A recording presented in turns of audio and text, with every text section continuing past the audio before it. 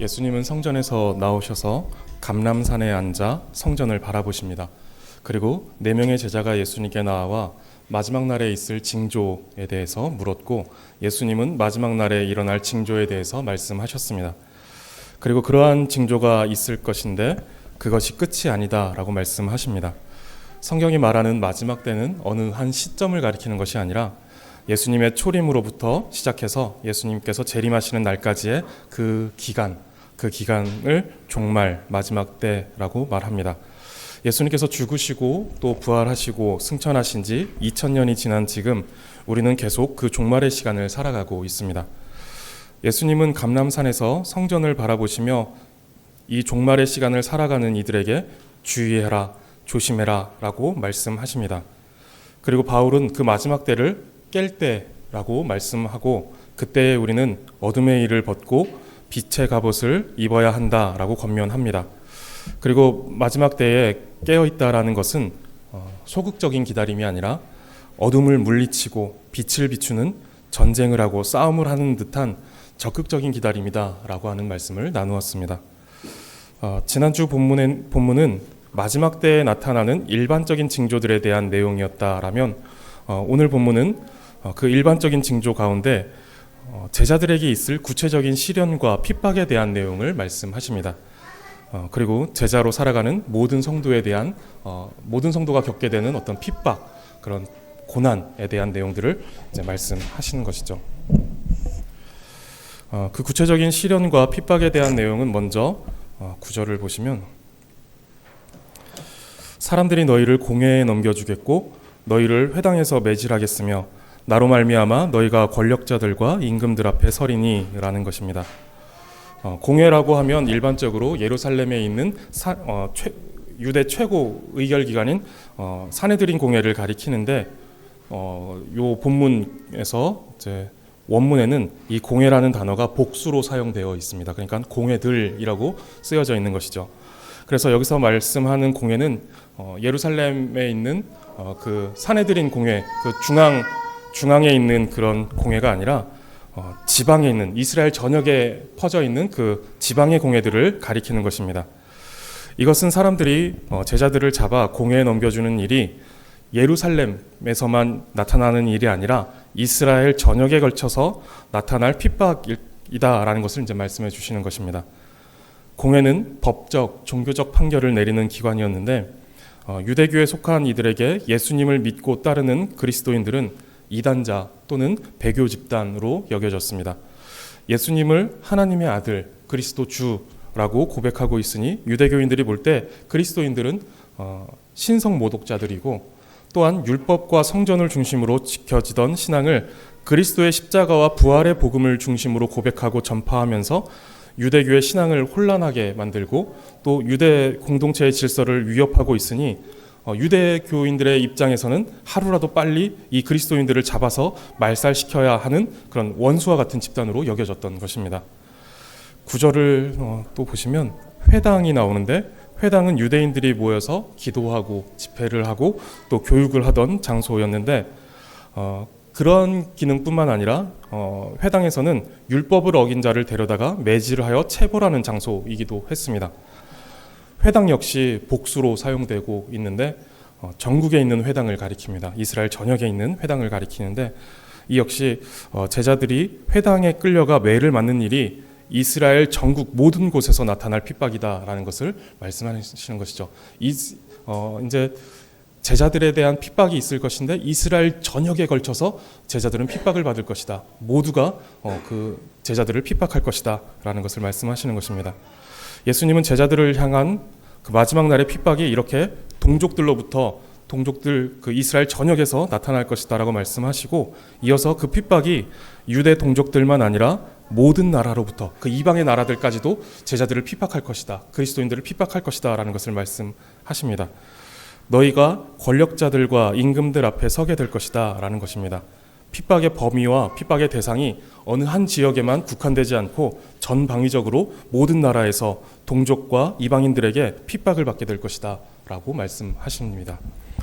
그래서 13절을 보시면 제자들을 미워하고 핍박하는 사람들을 모든 사람이다 라고 말합니다. 모든 사람. 거기에 이제 우리를 더 당혹스럽게 하는 사실은 모든 사람이 우리를 핍박하고 고난과 죽음에 넘겨준다 하더라도 이들만큼은 절대로 나를 그렇게 대하지 않을 것이다 라고 하는 사람들이 있는데 가족들이죠. 그런데 그 가족들마저도 그 그리스도인들을, 제자들을 핍박할 것이다 라고 하는 내용이 이제 12절에 나오죠. 형제가 형제를, 아버지가 자식을 죽는 데 내주며 자식들이 부모를 대적하여 죽게 하리라. 피는 물보다 진하다라고 이제 말을 하는데, 이 말이 이제 괜히 나온 말이 아니고 그것이 시간 속에서 딱 고정이 되었다라는 것은 그것이 이제 가지고 있는 가치가 있다라는 것이죠. 그 말이 이제 살아남을 수밖에 없다는 그런 것들이 있는 것이죠. 그만큼 이제 가족이 가진 유대는 다른 어떤 관계보다 강하고 가장 우선시되는 관계라는 것입니다. 그 가장 강력한 유대를 가지고 있는 가족들마저 그리스도를 따르는 가족의 그 한 사람을 핍박할 것이고 그 고난과 죽음의 자리로 내어줄 것이다 라고 하는 것입니다. 이 말씀은 마지막에 복음이 전해지는데 그때 믿는 사람과 믿지 않는 사람으로 나뉘어질 것이다 라고 하는 것이고, 그 믿음으로 인해서 믿음이 없는 사람이 믿는 사람을 핍박할 것인데 그 핍박을 가하는 관계에 가족도 예외는 아니다 라는 것이죠. 가장 사랑하는, 또 가장 소중한 그 가족도 그 믿음에 있어서 서로 불화가 생길 것이고 서로를 대적하는 일들이 있을 것이다 라는 것입니다. 예수님은 마태복음 10장 34절에서 이렇게 말씀하십니다. 내가 세상에 화평을 주러 온 줄로 생각하지 말라. 화평이 아니요 검을 주러 왔노라 라고 말씀하십니다. 신앙이라는 궁극적인 가치로 인하여서 화평이 깨져버릴 것이고 갈등이 있을 것이다 라는 것을 말씀하시는 것이죠. 그러면서 35절과 36절에 보시면 내가 온 것은 사람이 그 아버지와 딸이 어머니와 며느리가 시어머니와 불화하게 하려 함이니 사람의 원수가 자기 집안 식구리라 라고 말씀하셨습니다. 그 불화와 갈등이 가족 안에서 일어나고 가족이 원수가 되는 일들이 있을 것이다 라고 말씀하시죠. 예수님께서 가족을 불화하게 만드시고자 오셨다라는 것이 아니라 예수님께서 이루신 그 복음이 그 복음을 믿는 사람과 안 믿는 사람으로 나눠지게 할 것이고 서로 갈등이 만들어져 둘 사이에 불화가 있을 것이다라는 것을 말씀하게 되는 것입니다. 그 복음으로 인해서 마지막 날에 나타나는 그 현상들을 이렇게 말씀하시는 것이죠. 성도님들, 명예살인이라는 말 들어보셨나요? 명예살인. 이게 이제 명예살인에 대해서 반대하는 어떤 시위를 하는 사진인데, 주로 이제 과격한 이슬람권에서 이슬람권에 있는 사람들에게서 일어나는 일입니다. 이슬람의 문화를 따르지 않거나 가족 또는 부족의 명예를 더럽힌 자를 살해하는 관습입니다. 일반적으로는 여성의 순결에 대한 이유로 많이 벌어지는 일인데 이것이 종교적인 문제에서도 일어납니다. 이것이 이슬람의 교리에서 허용하고 있다거나 모든 이슬람교 사람들에게서 일어나는 일이라거나 하는 것은 아닙니다. 다만 과격한 신앙을 가진 자들이 만들어낸 잔혹한 악습입니다. 실제로 이슬람교에서 기독교로 개종한 사람에 대해 명예를 더럽혔다는 이유로 살해하는 일들이 있는데 이것이 어떤 미개한 시절의 이야기가 아니라 지금도 일어나는 일이고, 그래서 아까 시위를 하고 있는, 물론 이제 다양한 이유들로 명예살인이 일어났다고 하지만 이 종교적인 문제로도 이제 그런 명예살인이 일어나는 것입니다.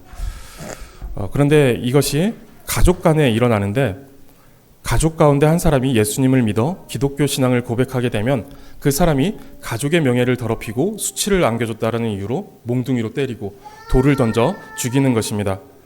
신앙으로 인해 가족이 불화하고 대적하여 죽이는 일이 있는 것입니다. 그런데 이것이 저 과격한 이슬람 교인들에게서만 있는 일일까요? 우리 사회에서는 어떨까요?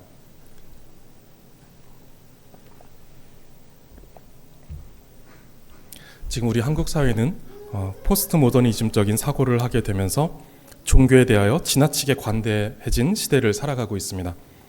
부모가 자식의 신앙에 대해 간섭하지 않고 또 자식이 부모의 신앙에 관여하려고 하지 않습니다. 그것을 존중하는 것이죠. 너는 너의 가치를 따라서, 너는 너의 진리를 따라가는, 이렇게 서로의 생각과 서로의 가치를 존중한다라는 어떤 생각 속에서 그것을 이제 존중하는 사회가 되어 있죠. 이러한 생각과 행동이 이 시대의 정신과 사고체계 속에서 그것은 관대하고 합리적이며 상대를 존중하는 것이다 라고 이제 여겨지고 있는 것입니다. 묵직한 돌을 들어서 죽이는 미개한 형태는 아니지만 가족 간의 존중과 관대함이라는 그 아름다운 돌을 들어 영혼을 죽이는 교양 있는 살인이라고 볼 수 있지 않을까라는 생각을 하게 됩니다. 다시 구절로 돌아서 보면 마지막 때에는 이렇게 전방위적으로 모든 사람들로부터 우리의 믿음은 위협을 받을 것이고 그리스도의 제자된 성도는 핍박을 받을 것입니다. 그런데 우리가 성도라는 이름으로 살아가는데 핍박이 없다라면 이제 우리는 심각하게 고민해야 합니다. 요한복음 15장 17절과 18절을 보시면 세상이 너희를 미워하면 너희보다 먼저 나를 미워한 줄 알라. 너희가 세상에 속하였으면 세상이 자기의 것을 사랑할 것이나 너희는 세상에 속한 자가 아니요 도리어 내가 너희를 세상에서 택하였기 때문에 세상이 너희를 미워하느니라. 우리가 그리스도를 믿어 성도의 삶을 살아가면 세상은 우리를 미워합니다. 왜냐하면 우리에게서 그리스도를 보기 때문에 그렇습니다. 세상을 반대하고 세상의 가치와 원리를 반대하셨던, 거부하셨던, 대항하셨던 그 그리스도를 세상이 우리에게서 보기 때문입니다. 그러면서 우리를 그리스도와 동일시하는 것인데 그래서 우리를 미워하는 것이죠. 우리에게서 그리스도를 보면서 우리를 그리스도와 같은 사람 아니냐, 너 그리스도와 한패가 아니냐라고 하면서 이제 세상이 우리를 보는 것입니다. 예수님께서 잡히신 날 밤 예수님의 주변을 이제 몰래 따라다니던 베드로를 보고 사람들이 너도 그와 함께 있던 자가 아니냐라고 말합니다. 베드로와 예수님이 함께 있는 것을 보았던 사람들은 너도 그와 함께 있지 않았느냐, 너도 그와 한패다, 같은 도당이 있다라고 이렇게 말했습니다. 오늘날 세상이 주의 말씀과 성령으로 그리스도와 함께 있는 우리를 본다면 그날 밤 베드로가 들었던 그 말을 우리도 듣게 될 것이고 세상은 우리를 그리스도와 동일시하며 그리스도와 똑같이 미워하고 똑같이 핍박하려고 할 것입니다. 이것이 우리에게 영광스러운 일이죠. 핍박이 있다라는 것, 세상이 우리를 그리스도와 똑같이 본다라는 것, 똑같이 미워하고 똑같이 핍박하려고 한다라는 것, 너도 그와 같은 자 아니냐 라고 하면서 우리를 핍박하려고 할 때 이것이 우리에게 영광된 일이다 라는 것입니다. 그런데 우리에게서 그리스도가 보이지 않으면 오히려 세상은 그런 우리를 자신들과 동일시하여 미워하지 않습니다. 우리에게서 그리스도가 보이지 않으면 세상은 우리를 보면서 우리와 같은 편이네, 우리와 같은 사람들이네 라고 하면서 우리를 핍박하려고 들지 않고 오히려 우리를 사랑한다라는 것입니다.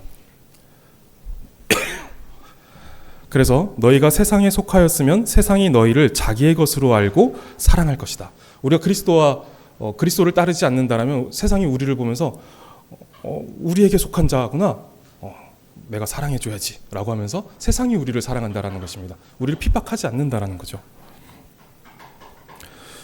그러니까 우리가 그리스도를 따르는 제자로 그리고 성도로 이 세상을 살아갈 때 핍박이 있고 고난을 당하는 것은 당연합니다. 오히려 그 핍박이 없다라는 것이 이상한 것이고 그것이 심각한 문제인 것이죠. 하나님의 말씀과 너무도 다른 가치와 원리를 가지고 있는 이 세상을 그리스도의 제자로 살아간다라고 하면서 핍박이 없고 고민도 없이 그저 평안하다라고 느끼면서 살아간다면 자신의 삶과 신앙을 심각하게 돌아봐야 합니다. 세상은 절대로 그리스도인에 대해 관대해지지 않습니다.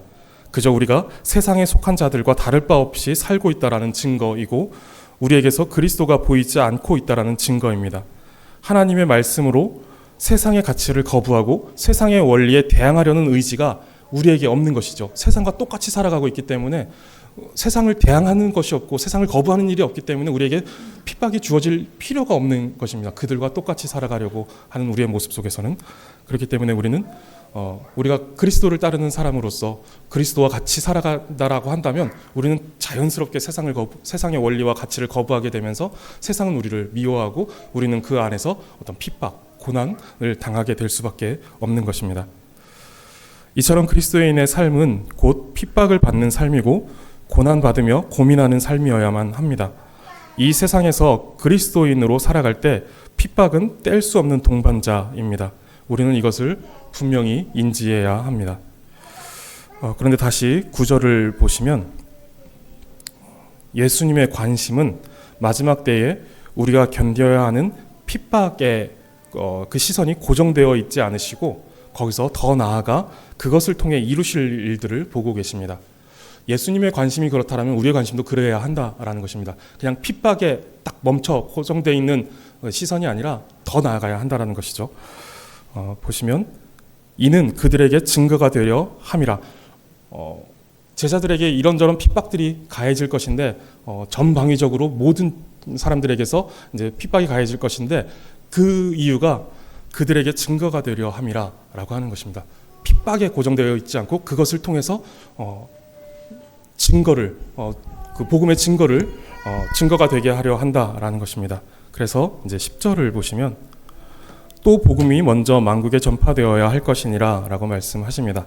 마지막 날 성도가 받는 핍박에 대한 주제가 복음 전파라는 주제로 이어집니다.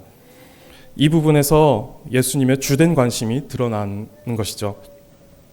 마지막 때에 예수님께서 가진 가장 관심을 가지시는 주제가 무엇인가를 보여주는 것인데 그것이 이제 복음 전파입니다.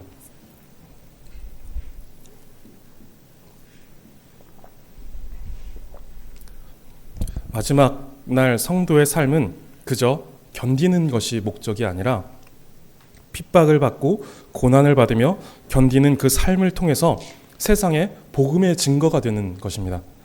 세상과 다른 결정과 판단, 다른 가치를 추구하는 것을 통해서 그리고 복음 전도를 통해 하나님의 살아계심을 증거하고 그리스도로 말미암은 영원한 생명과 기쁨을 증거하는 것입니다. 그런데 우리는 고난을 견뎌야 하는 우리의 삶이 너무 안타깝고 안 됐는지 우리 신앙의 관심과 주제가 우리를 위로하고 우리를 응원하는 일에 점점 집중되는 것 같습니다. 신앙생활에 있어서 자기 연민하는 것에 너무 많은 비중을 둔다라는 것입니다. 하나님 저 힘들어요. 하나님 이 세상을 살아가는 일이 너무 힘듭니다. 라고 하는 것에 고정되어지고 집중되는 일들이 많다라는 것이죠. 근데 우리의 신앙은 거기서 멈추는 것이 아니라 더 나아가야 하고 더 위대한 것들을 바라볼 수 있어야 한다라는 것이죠. 이것이 이제 무시할 수 없는 중요한 문제라는 것은 맞습니다. 우리는 연약해서 위로가 필요하고 응원과 격려도 필요합니다. 그래야 이 세상을 우리는 견딜 수 있습니다. 그런데 그것으로 끝나서는 안 됩니다. 성도의 삶은 이 세상에서 위로와 응원을 받으며 끝까지 걸어가는 것이 전부가 아닙니다. 우리가 부르는 찬양도 어느 순간부터인가 그 주제가 하나님의 그 위대하심과 또 더 위대한 목적을 향하여서 그것을 주제로 해서 우리가 찬양하지 못하고 위로와 공감, 자기 연민에 빠져버리는 어떤 찬양들이 우리에게서 많이 불려지고 있습니다. 그런데 이제 우리의 찬양은 훨씬 더 크신 하나님을 바라봐야 하고 훨씬 더 위대한 목적으로 향하여 가야 한다라는 것을 우리는 생각해야 합니다. 어떤 주석가는 이 10절, 마가복음 13장 10절이 본문의 흐름을 방해하는 구절이라고 말하기도 합니다. 흐름상 9절에서 11절로 넘어가는 것이 자연스럽다라는 것이죠. 그 주석가의 말처럼 이 10절을 빼고 핍박받는 제자의 삶에 대한 주제를 이어가는 것이 자연스러울 수 있습니다. 그런데 마가는 이 10절을 이 자리에 기록하면서 마지막 때에 핍박받는 제자가 살아야 할 삶의 추구와 지향점을 명확하게 보여주는 것입니다. 그저 핍박을 견디는 것이 다가 아니라 그것을 향하여서 더 나아가야 한다. 더 위대한 목적으로 나아가야 한다라는 것을 이제 보여주는 것이죠. 그리고 또한 예수님의 주된 관심이 무엇인지를 우리에게 보여주는 것입니다. 예수님의 관심이 우리의 관심이 되어야 하고 예수님께서 나아가시는 그 방향이 우리가 나아가야 될 방향이라는 것이죠. 10절을 다시 보시면 또 복음이 먼저 만국에 전파되어야 할 것이니라 라고 말씀하시는데 여기서 먼저라는 말은 어떤 시간의 순서를 말씀하시는 것이 아니라 가치의 우선순위를 말씀하시는 것으로 이해할 수 있습니다. 그래서 마지막 때에 가장 중요한 일은 가장 우선되는 일은 복음이 만국에 전파되는 것이다 라는 것이죠. 예수님의 그 관심, 그 예수님께서 가지신 그 최고의 가치가 무엇인가 그렇게 이제 볼 때 복음을 만국에 전파하는 것, 모든 민족에게 복음이 전파되어지는 것이 예수님께서 가지신 가장 주된 관심이고 예수님께서 가장 가치 있게 여기시는 일이다라고 하는 것입니다. 핍박받는 삶은 복음을 증거하는 장이 될 것이고 복음을 전하는 것은 마지막 때의 가장 중요한 사명이며 예수님의 가장 주된 관심입니다. 복음 전파는 언제나 고난과 함께 했습니다. 복음이 어느 민족에게 들어갈 때 고난이 없이 들어간 적이 없고 반드시 고난의 문을 통과하여서 복음이 들어갔습니다. 많은 순교자들이 나타났고 많은 헌신자들이 나타나야만 그 복음이 그 지역에, 그 민족에게 전파되곤 했습니다. 그래서 어느 교부의 말처럼 언제나 교회는 순교자의 피 위에 세워졌습니다. 그리고 정체된 예루살렘 교회를 흩어지게 하여 복음을 전하게 한 것도 고난이고 핍박이었습니다. 어두운 세상에서 핍박은 복음이 증거되는 장이 되는 것입니다. 고난이 없이 고난을 뚫지 않고서 이 복음이 증거되고 복음이 전파되는 일들이 없었다라는 것이죠. 11절을 보시면 사람들이 너희를 끌어다가 넘겨줄 때에 무슨 말을 할까 미리 염려하지 말고 무엇이든지 그때 너희에게 주시는 그 말을 하라. 말하는 이는 너희가 아니요 성령이시니라 라고 말씀하십니다.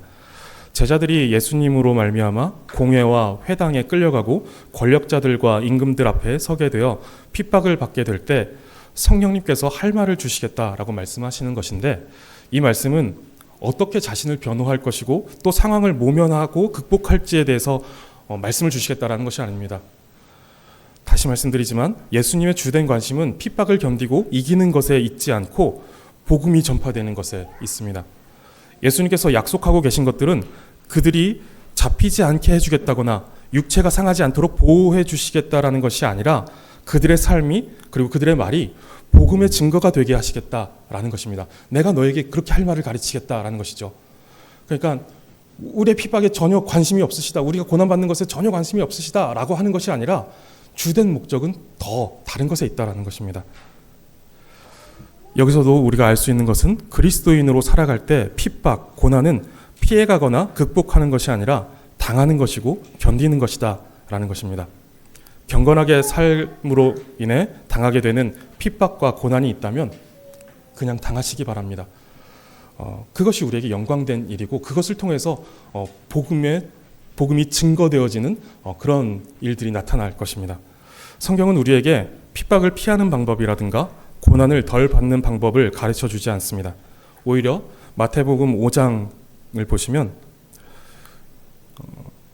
예수님으로 말미암아 세상이 너희를 욕하고 박해하고 거짓으로 너희를 거슬러 모든 악한 말을 할 때에는 너희에게 복이 있다라고 말합니다. 그것이 오히려 우리에게 복이다라고 말씀하는 것이죠. 그러면서 그 박해를 받으며 욕을 먹는 상태 속에서 기뻐하고 즐거워하라. 너희의 상이 큽니다. 이전에 나를 잘 따르던 하나님을 잘 섬기던 그 선지자들도 다 그랬다. 다 그 박해 속에 있었다라고 말합니다.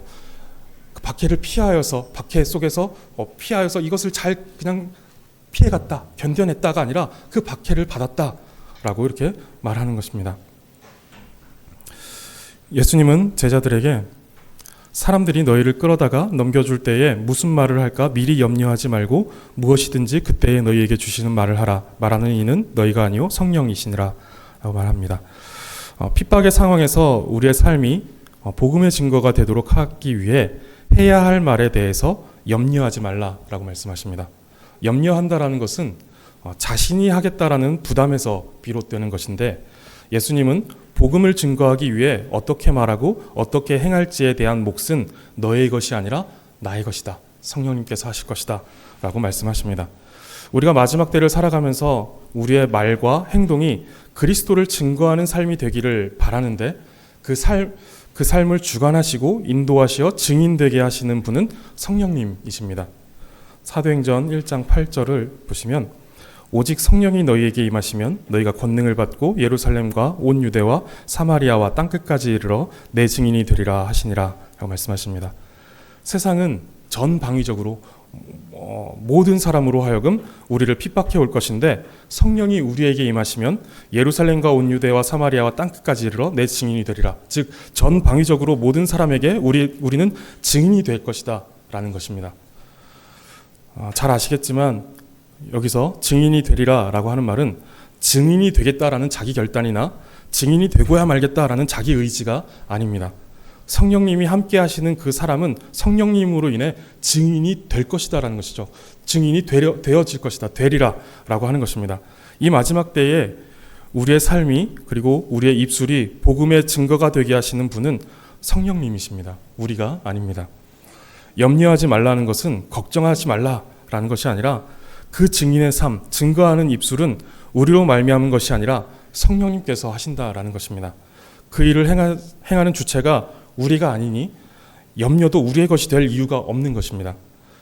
우리는 염려가 아니라 모든 것을 주관하시는 성령님을 의지하고 신뢰함으로 우리에게 맡겨진 사명, 우리에게 맡겨진 그 삶, 그 삶을 살아가는 것입니다. 마지막 때를 견디는 그 삶을 살아갈 때에 성령께서 우리가 받는 핍박과 고난과 우리의 삶을 통해서 우리로 하여금 증거가 되게, 증인이 되게 하신다라는 것입니다.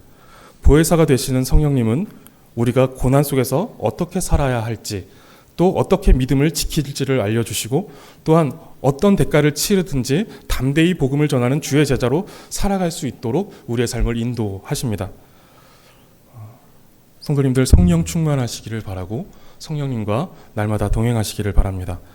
핍박과 고난 중에 성령님께서 우리의 삶을 주관하시고 인도하시어 우리의 삶이, 그리고 우리의 말이 복음의 증거가 되게 하시고 또 우리를 복음의 증인이 되게 하실 것입니다. 이것을 믿고 성령님께 의지하여 살아가시기를 바랍니다. 13절을 보시면, 또 너희가 내 이름으로 말미암아 모든 사람에게 미움을 받을 것이나 끝까지 견디는 자는 구원을 받으리라 라고 말씀하십니다. 예수님은 우리가 주의 이름으로 말미암아 모든 사람에게 미움을 받을 것이나 끝까지 견디라고 말씀하십니다. 그러면 구원을 받으리라 라고 말씀하십니다. 예수님은 앞서 비슷한 말씀을 하셨는데 마가복음 8장 34절과 35절에서 제자들에게 누구든지 나를 따라오려거든 자기를 부인하고 자기 십자가를 지고 나를 따를 것이니라 라고 말씀하시고, 그 뒤에 누구든지 자기 목숨을 구원하고자 하면 잃을 것이요 누구든지 나와 복음을 위하여 자기 목숨을 잃으면 구원하리라 라고 말씀하십니다. 제자의 삶은 자기를 부인하고 자기 십자가를 지고 예수님을 따르는 삶입니다. 그리고 그리스도와 복음을 위하여 자기 목숨을 내어 던지는 삶입니다. 그 사람은 구원을 약속받은 사람이다 라고 말씀하고 있습니다. 본문 13절은 이 말씀과 다른 말씀이 아닙니다. 마지막 때에 끝까지 견딘다라는 것은 핍박이 있는 삶에서 자기를 부인하고 자기 십자가를 지고 예수님을 따르며 그리스도와 복음을 위하여 목숨을 바쳐 살아가는 것입니다. 그러면 구원을 얻으리라 라고 하는 것이죠. 이것이 조건이 되어서 우리가 구원을 받는다라는 것이 아니라 하나님께서 택하시고 구원하신 사람은 이러한 삶을 살아갈 것이다 라는 것입니다. 끝까지 견딜 것이고 자기를 부인하고 자기 십자가를 십자가를 지고 따르고 또 그리고 그리스도와 복음을 위하여서 자신의 생명까지도 내어놓는 삶을 살아가는 사람들이다라는 것이죠. 자기를 부인한다는 것, 그리고 자기 십자가를 진다는 것, 그리스도와 복음을 위하여 목숨을 바친다라는 것, 그리고 끝까지 견딘다라는 것을 우리 일상에서 구체화할 필요가 있습니다. 그렇지 않고 그저 관념 속에서 우리는 자기를 부인하고 자기 십자가를 지고 그리스도와 복음을 위하여서 목숨을 걸어야지, 끝까지 견뎌야지, 이것이 그냥 어떤 생각 속에서 관념 속에서 머물면 그것은 이제 구호에 지나지 않는 것이죠. 그리스도인은 제자는 이러한 삶을 살아야 한다라고 외치는 구호에 지나지 않는 것이고, 이 말씀에 대한 순종은 이제 약화되고 무시하게 될 것입니다. 그래서 우리는 이 자기를 부인한다는 것, 십자가를 진다는 것, 복음을 위하여서 우리의 생명을 다 건다라는 것, 이것이 무엇인지 구체화할 필요가 있습니다. 삶에서 내가 자기를 부인하기 위해서 오늘은 이렇게 하겠어, 이것을 내가 하지 않겠어, 이렇게 하겠어 라고 하는 결단이 구체적으로 나타나야 한다는 것이죠. 그때에 우리는 이제 정말 우리가 마지막 때에 어떻게 살아가야 할지, 그것이 그저 생각만이 아니라 우리의 삶 속에서 실천되고 순종될 수 있는 것입니다. 그렇게 어두운 세상 속에서 자기를 부인하고 자기 십자가를 끝까지 지는 사람, 그리스도와 복음을 위하여 자신을 내어드리는 사람은 구원을 약속받은 사람입니다. 끝까지 견딘다는 말씀, 자기를 부인하고 자기 십자가를 지고 그리스도를 따른다는 말씀, 그리고 그리스도와 복음을 위하여 목숨을 바친다는 이 말씀에서 어떤 적극성이 느껴지지 않으십니까? 그냥 가만히 있겠다라는 것이 아니라 적극적으로 내가 주를 위하여서 나의 삶을 바꿔나가겠다, 나를 부인하고 내가 오늘 나에게 주어진 그 십자가를 지고 살아가겠다, 그리고 그리스도와 복음을 위하여서 목숨을 바쳐 살아가겠다. 굉장한 적극성이 이제 이 말씀에 있는 것이죠. 다만 우리가 수동적으로 또는 적극성이 떨어지는, 적극성이 없는 상태 속에서 우리가 순종하고 있기 때문에 이것이 그렇게 느껴지지 않을 수 있는 것입니다. 그리고 핍박과 고난을 두려워하지 않는 담대함과 용맹함이 이러한 표현들 속에서 이제 느껴지는 것이죠. 마지막 날을 살아가는 그리스도인은 가시밭길과 같은 핍박과 고난의 길을 걸어갑니다. 그런데 그러한 길을 걷는 그리스도인의 모습이 자기 연민에 빠져 그저 하루하루를 꾸역꾸역 견디는 유약하고 초라한 모습이 되어서는 안 됩니다. 오늘 우리에게 닥친 그 현실을 담대히 직면하며 자신을 부인하고 또 자기 십자가를 지고 그리스도를 따르는 삶이 되시기를 바라고, 그리스도와 복음을 위하여 목숨을 다하는 용사와 같은 모습을 가지고 이 마지막 때를, 또 우리에게 주어진 이 현실을 살아가시기를 바랍니다. 이 어둡고 악한 시대에 끝까지 견디시는 성도님들이 되시기를 바랍니다. 자기를 부인하고 자기 십자가를 지고 그리스도를 끝까지 따르시는 주님의 제자가 되시기를 바랍니다. 그리고 그리스도와 복음을 위하여 모든 것을 내어던지는 주의 용사가 되시기를 바라겠습니다.